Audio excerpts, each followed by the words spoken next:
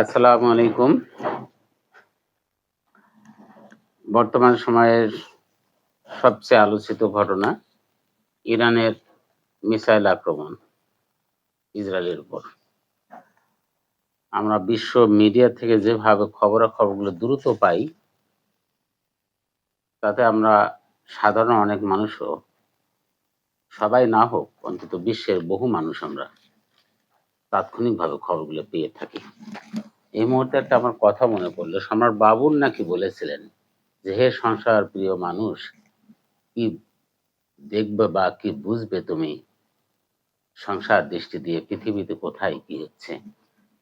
অবশ্য এখন আর সেরকম দিন নেই, বা সেই দিন একই আছে, কিন্তু সময় একই আছে, কিন্তু পরিস্থিতি একটা সেরকম নেই। এখন আমরা যে কোনো সময় যে কোনো ঘটনা, বিশ্বের যে কোনো প্রান্তে সেটা ঘটুক, এমনকি অনেক উপরের ঘটনা, তো মহাবিশ্বের যে কোনো ঘটনা আমরা জানতে পারছি। যতটুকু জানা সম্ভব মহাবিশ্বের ঘটনাও আমরা জানি, সম্পূর্ণ না জানি।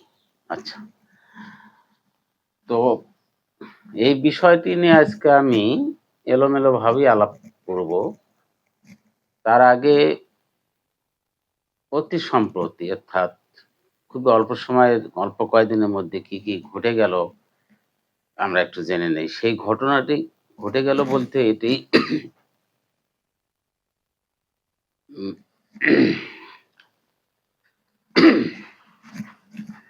এটি মধ্যপ্রাচ্যের ঘটনা। কি ঘটলো, কজন গুরুত্বপূর্ণ ব্যক্তি ইতিমধ্যে চলে গেলেন, এবং কিছুদিন আগেও কোনো গুরুত্বপূর্ণ ব্যক্তিকে আক্রমণ করা হয়েছিল ইত্যাদি। প্রথমে জেনে নেই ইসমাইল হানিয়া, ইনি হামাসের পলিটিক্যাল লিডার। হাসান নসরুল্লাহ, ইনি হেজবুল্লাহর লিডার। এনার দুইজনেই নিহত হন। আবার আরো একজন আছেন, ইনি হচ্ছেন ইরানের revolutionary guard deputy chief Abbas Nilforoushan. ইনাকেও হত্যা করা হয়। এই যে গুরুত্বপূর্ণ ব্যক্তিগুলো, এনারা এত বেশি আলোচিত যে বর্তমানে আমাদের সমস্ত খবরের কেন্দ্রবিন্দু পরিচালিত হচ্ছে বা কেন্দ্রীভূত হয়েছে, সেটা হলো মধ্যপ্রাচ্য ভিত্তিক।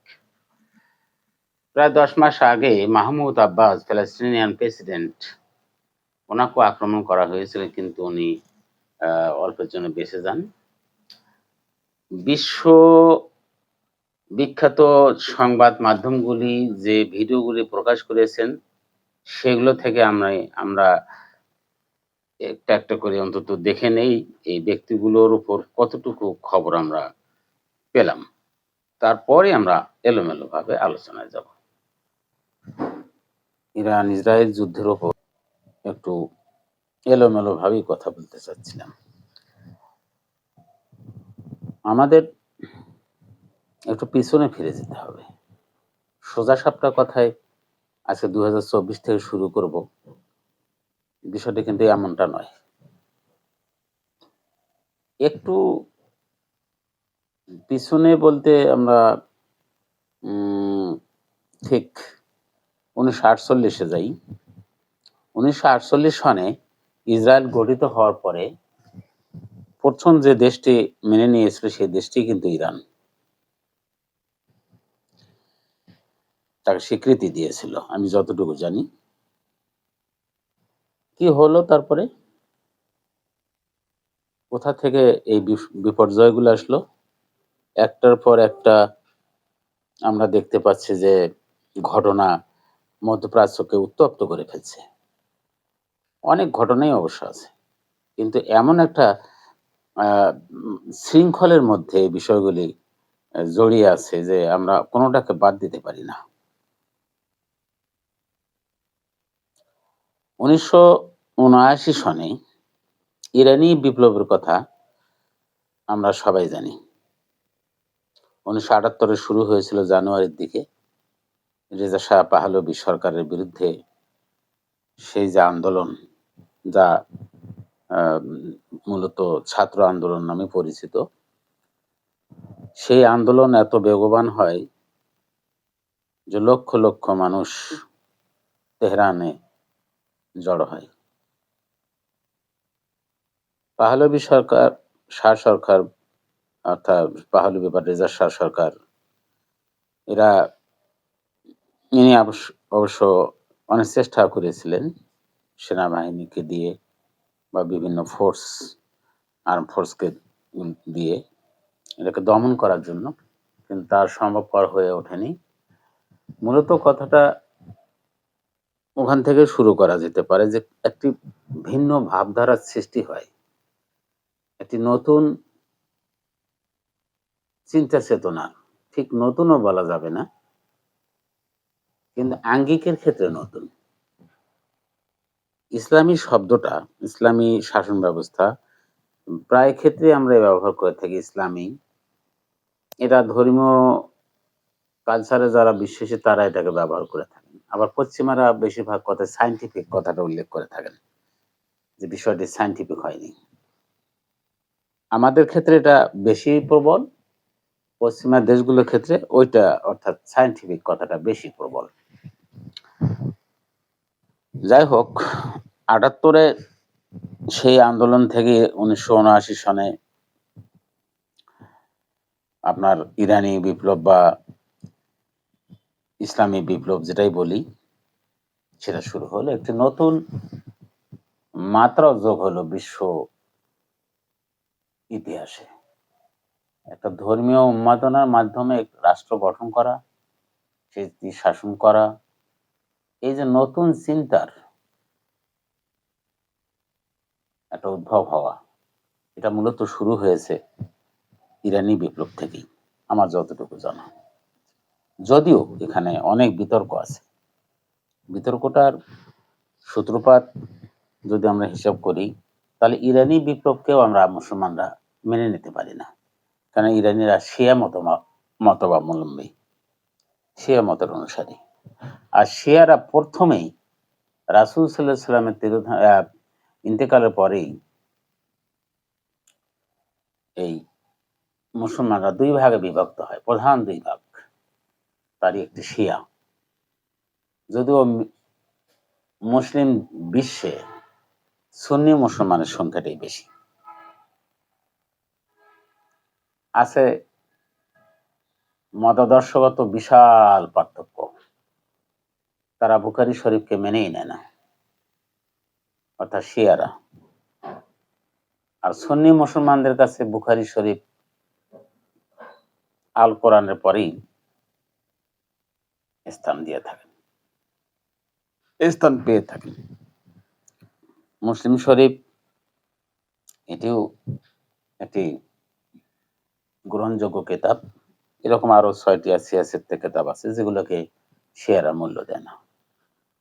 এই যে একটা বিরোধ, ফলে সুন্নি মুসলমানরা যে সমস্ত রাষ্ট্র বা বিভিন্ন দায়িত্বগুলো পালন করে আসছেন সে দীর্ঘদিন যাবৎ, তার সঙ্গেও একটি এই শিয়াদের বিরোধ লেগেই আছে। আমরা অত কাহিনীতে যাব না, কেন কথাটি বেশি হয়ে যাবে। তো দেখা যাচ্ছে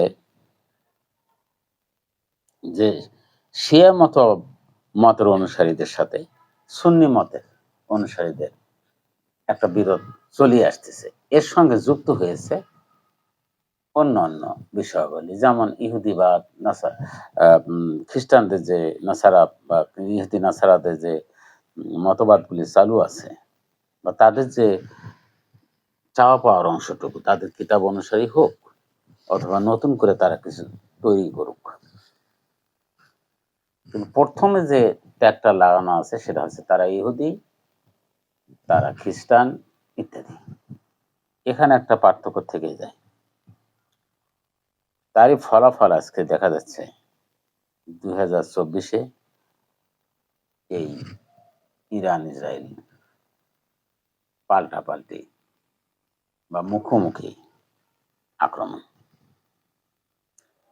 বা মুখোমুখি অবস্থান। আমরা খুব বেশি সরলীকরণ করতে পারি না, কেননা আমাদের সবসময় ব্যাকে যেতে হয়, সামনে তাকাতে হয়, যদিও আমরা বর্তমানের উপর আধিপত্য বিরাজকারী। আমরা বর্তমানে শুধুমাত্র আধিপত্য অর্জন করতে পারি। আমাদেরকে আল্লাহ এতটুকু ক্ষমতা দিয়েছেন, মানে বর্তমানটাই আমাদের সম্বল। বর্তমানে কি হচ্ছে, কি হওয়া দরকার।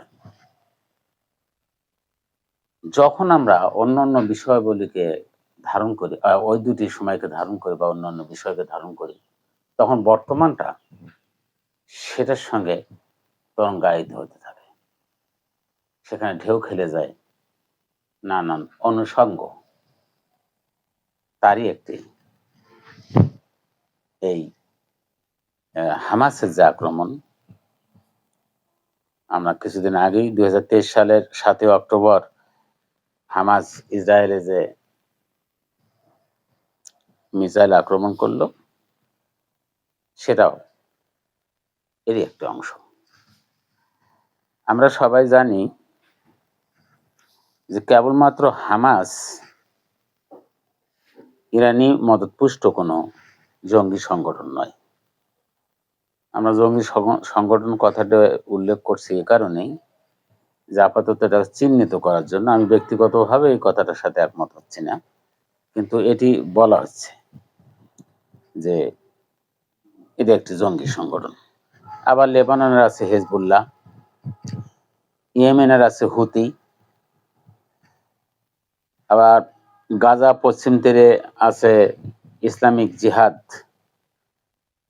সিরিয়া আছে সিরিয়ান আর্ম ফোর্সেস, ইরাকে আছে পপুলার মোবিলাইজেশন ফোর্স ইত্যাদি। এগুলো প্রায় সবগুলোই বহুলাংশে ইরানের সাহায্য সহযোগিতার উপর নির্ভর, সেটা বলাই বাহুল্য।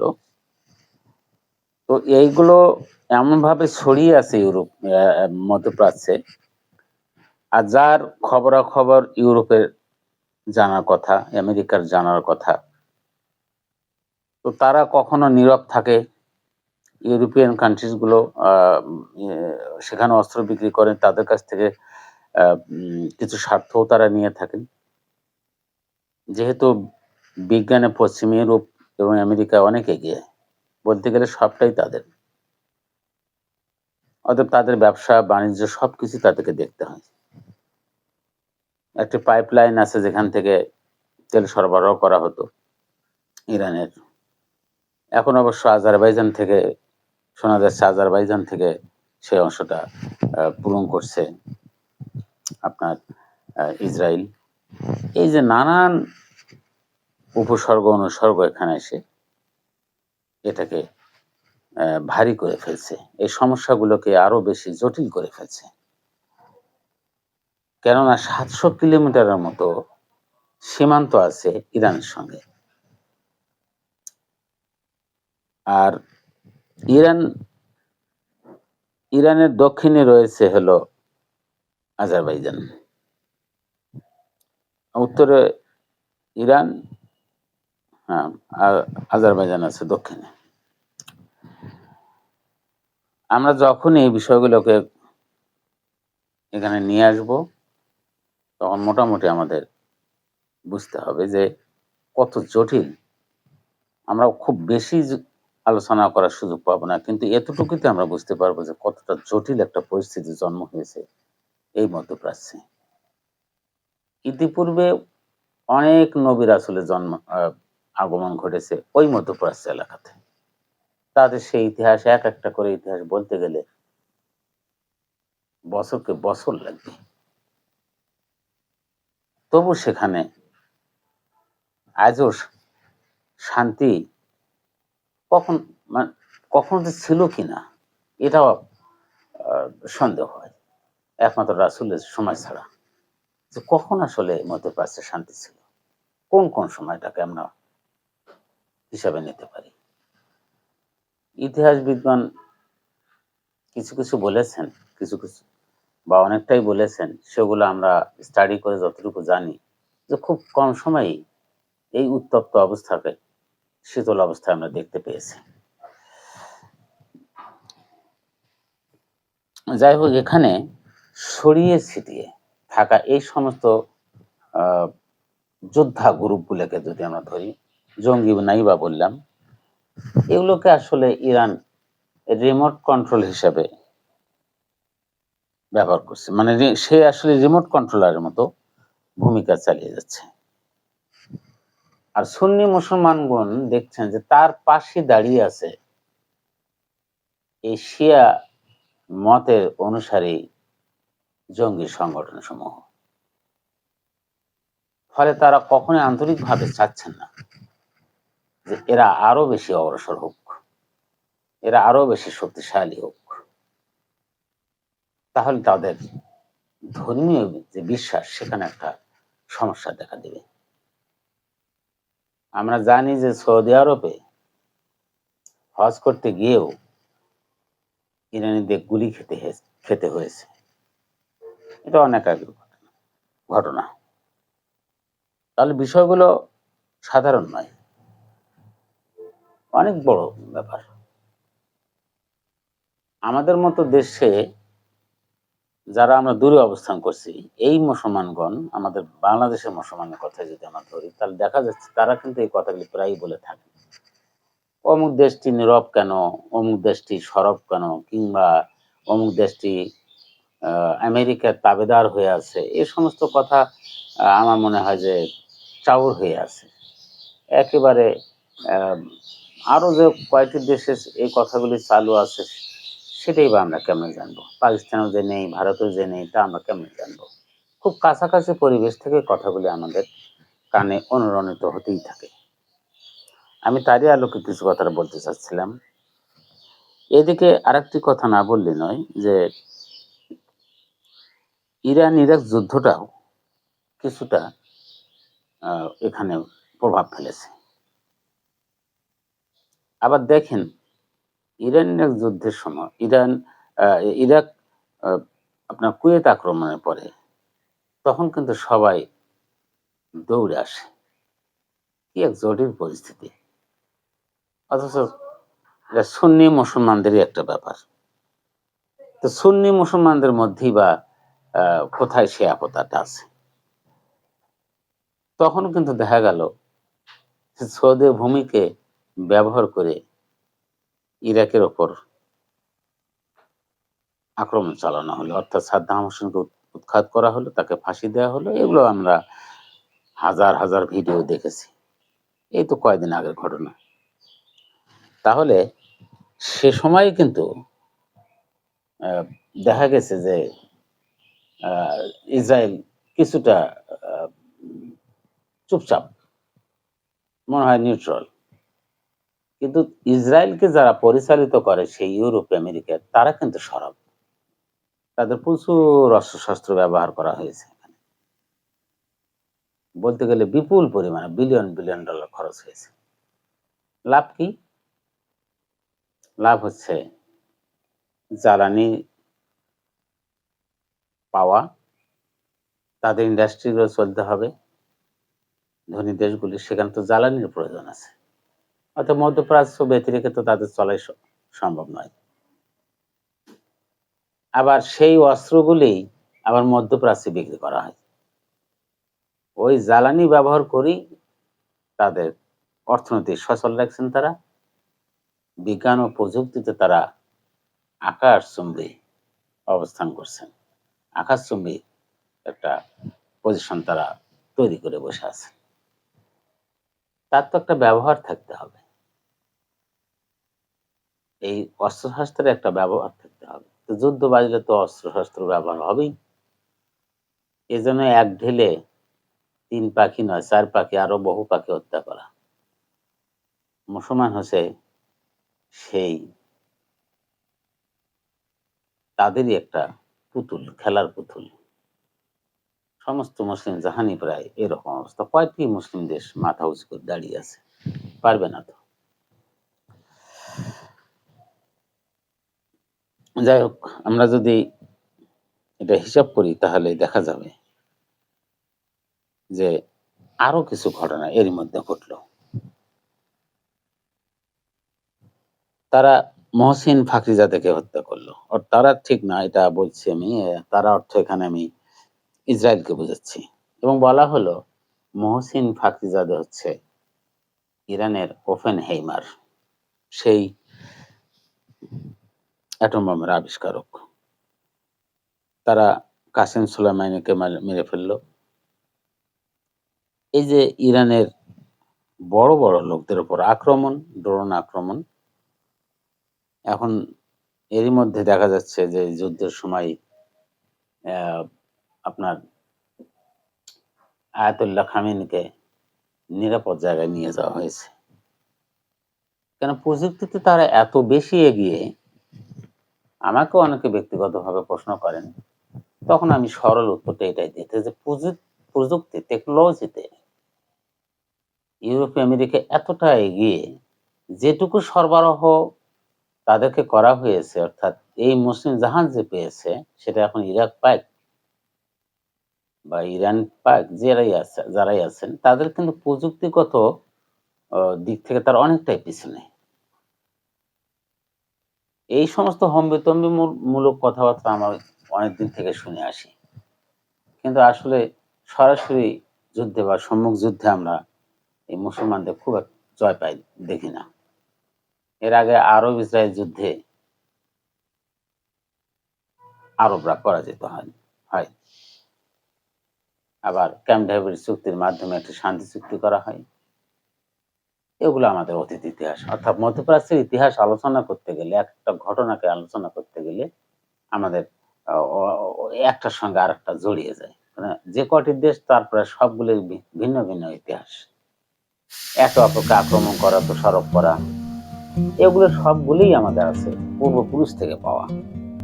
অর্থাৎ আমরা যদি 1400 বছর পিছনে যাই, তখন থেকেই আমাদের এই শিয়া সুন্নি যে ভাগটা চলে আসছে। আমরা এখন পাতায় পাতায় অবস্থান করতেছি। তখন যদিও দেখা গেছে যে ডালে ডালে অবস্থান করা হয়েছে, এখন আমরা পাতায় পাতায় শত্রুতা সৃষ্টি করছি। আমরা আর একে অপরকে ভাই বলতে পারছি না। একটি দেশের মধ্যে কয়েকটি ভাগ নিয়ে আমরা চলছি।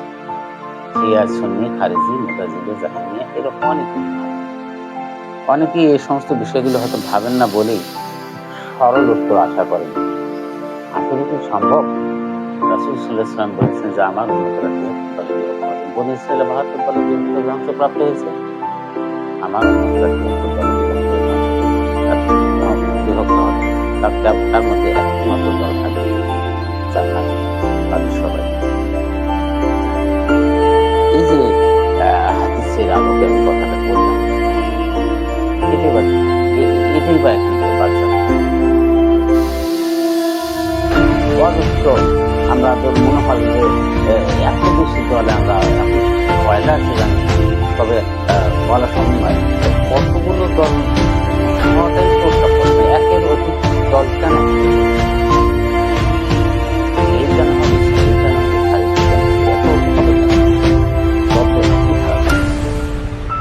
তা হয়নি।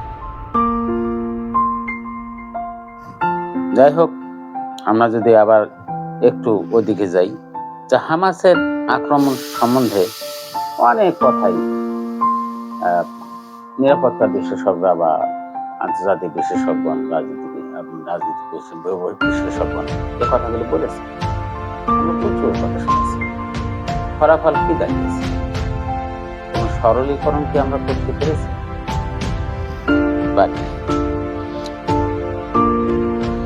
আমরা যদি একটু পিছনে যাই আবার, যে জুন 7 তারিখে 1981 সালে অপারেশন অপেরা নামক একটি অপারেশন চালালো ইসরায়েল। তাহলে কতদূর থেকে ছোট্ট একটি দেশ, একটি শক্তিশালী কাঠামোর উপর দাঁড়িয়ে শক্তিশালী পরিচালিত দেশের নিউক্লিয়ার প্ল্যান্টে আক্রমণ করলেন এবং 16টি বোমা নিক্ষেপ করা হয়। বলা হয়ে থাকে যে 8টি বোমা সরাসরি নিউক্লিয়ার প্ল্যান্টে করেছে, আর F-16 ছিল 8টি, আমি যতটুকু জানি, আর তাকে F-15 নামক বিমান স্কোয়াড করছিল। এবং যাওয়ার সময় জিগজ্যাগ ওয়েতে বিমানগুলি যায় এবং নর্দার্ন সৌদি আরবে সেই ওই এলাকা দিয়ে তারা যায় ড্রোনগুলি খুব কৌশলে বা অনেকটা রাডারকে ফাঁকি দিয়ে তারা এই আক্রমণটা করে। বলা হয়ে থাকে যে সেই সময় ফ্রান্সের একজন বিজ্ঞানী বা একজন ইঞ্জিনিয়ারও মারা যান বা একজন, আমার ঠিক মনে পড়ছে না। আমার প্রশ্নটা হচ্ছে যে কতটা শক্তিশালী হলে একটা দেশ সে কিছু লোক অন্য একটি দেশের বা ইরাকের মতো একটি শক্তিশালী দেশের তদন্ত না করে শক্তিশালী দেশের একটা নিউক্লিয়ার প্ল্যান্টে আঘাত করতে পারে।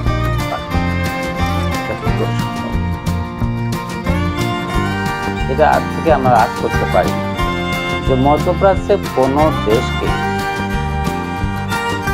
মাথা উঁচু করে দাঁড়াতে দেওয়া হবে, সেটা সুন্নি মত অবলম্বী হলেও যা ঘটবে, শিয়া মত অবলম্বী হলেও এই একই ঘটবে। যে মতাদর্শেরই হোক না কেন, খুব বেশি মাথা উঁচু করতে কাউকে দেওয়া হবে। ভাবটা যেন এমনই। আরো কাহিনী আছে, এটাই শেষ কথা নয়। যখনই একটি পাওয়ার প্ল্যান্ট গড়ে উঠতেছে আপনার নিউক্লিয়ার বেসের উপর, তার মানে ওই দেশটা তখন খুব শক্তিশালী হতে যাচ্ছে। এখানে বিষয়টা এমন ধরনের দাঁড়াচ্ছে যে এই দেশগুলির মধ্যে, এই মধ্যপ্রাচ্যের দেশগুলির মধ্যে যে কটি দেশকে আমরা